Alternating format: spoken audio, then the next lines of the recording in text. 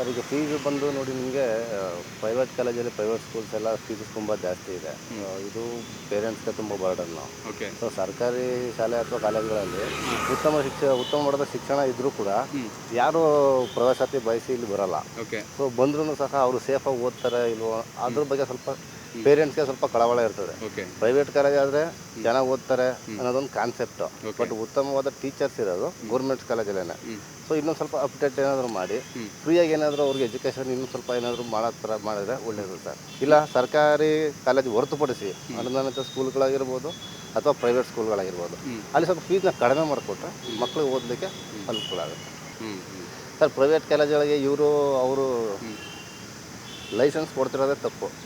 ಯಾಕೆಂದರೆ ಅಲ್ಲಿ ಏನು ಇನ್ಫ್ರಾಸ್ಟ್ರಕ್ಚರ್ ಇರಬೇಕು, ಬೇಸಿಕ್ ನೀಡ್ಸ್ ಅಮ್ಯುನಿಟೀಸ್ ಅಂತ ಏನು ಕರಿತೀವಿ, ಅದು ಇರೋದೇ ಇಲ್ಲ ಕೆಲವೊಂದು ಸ್ಕೂಲಲ್ಲಿ. ಯಾವುದೋ ಒಂದು ದೊಡ್ಡ ಮನೆ ಇರ್ತದೆ, ಅದನ್ನು ಪ್ರೈಮರಿ ಸ್ಕೂಲಾಗಿ ಕನ್ವರ್ಟ್ ಮಾಡ್ತಾರೆ.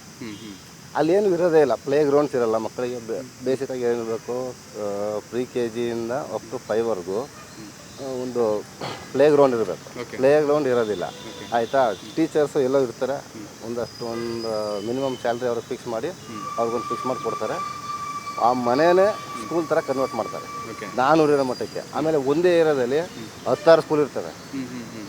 ಇನ್ನೊಂದು ಏನಾದ್ರು ಸ್ವಲ್ಪ ಬಿಲ್ಡಿಂಗ್ ದೊಡ್ಡದಿದ್ರೆ ಅಲ್ಲಿ ಒಂದು ಬಸ್ ವ್ಯವಸ್ಥೆ ಮಾಡಿಬಿಟ್ಟು ಡಬಲ್ ಫೀಸ್ ಮಾಡಿಬಿಟ್ರೆ 50,000 ರುಪೀಸ್ ನೀವು ಒಳ್ಳೆ ಕೋರ್ಸ್ನ ಸರ್ಕಾರಿ ಕಾಲೇಜುಗಳಲ್ಲಿ ತಗೊಂಡ್ರೆ ನೀವು ಪ್ರೈವೇಟ್ ಸೆಕ್ಟ್ರಿಗೆ ಹೋಗಿ 1 ಲಕ್ಷ ಇರ್ತದೆ. ಬಟ್ ಅವ್ರೊಂದು ಬೇಸಿಕ್ ಏನು ಅಂದ್ರೆ ಒಂದು ಬಸ್ ಫೆಸಿಲಿಟಿ ಕೊಟ್ಬಿಟ್ಟಿರ್ತಾರೆ, ಈಸಿಯಾಗಿ ಬರೋಕ್ಕೆ ಹೋಗೋಕ್ಕೆ ಈಸಿ ಇರ್ತದೆ. ಪೇರೆಂಟ್ಸ್ಗೆ ಏನಂದ್ರೆ ನಮ್ಮ ಮಗಳು ಯಾರೋ ಸೇಫಾಗಿ ಹೋಗಿದ್ದು ಬರ್ತಾಳೆ ಅನ್ನೋ ಕಾನ್ಸೆಪ್ಟ್ ಅಷ್ಟೇ.